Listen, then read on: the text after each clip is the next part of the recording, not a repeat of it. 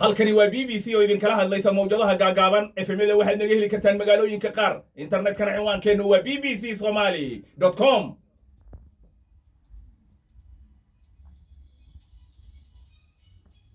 galab wanaagsan qiyaartana dhagaysanaysay qodobada barnaamijkan idinkugu hayo waxaa kamid ah shacab lagu laayay deegaanka Mandera dhimashadu waxay maraysaa 15 qof oo ay caruur ku jirto waxaan la hadalnay ehelka dadka la laayay qaarkood nin mindi watay ayaa afar boolis ku dilay magaalada Paris ee cariga Faransiiska Mareykanka oo $100 milyan oo dollar Soomaaliya ugu deeqay Kuuriyada Waqooyi gantaal cusub ayay turtay Ilhaan Cumar Jabuuti ayay booqanaysaa maamulka Garowe dad shacab ayuu qasab guriyihii dawladda ay lahayd uga saaray balse waxa amuurtaasi ka jawaabaya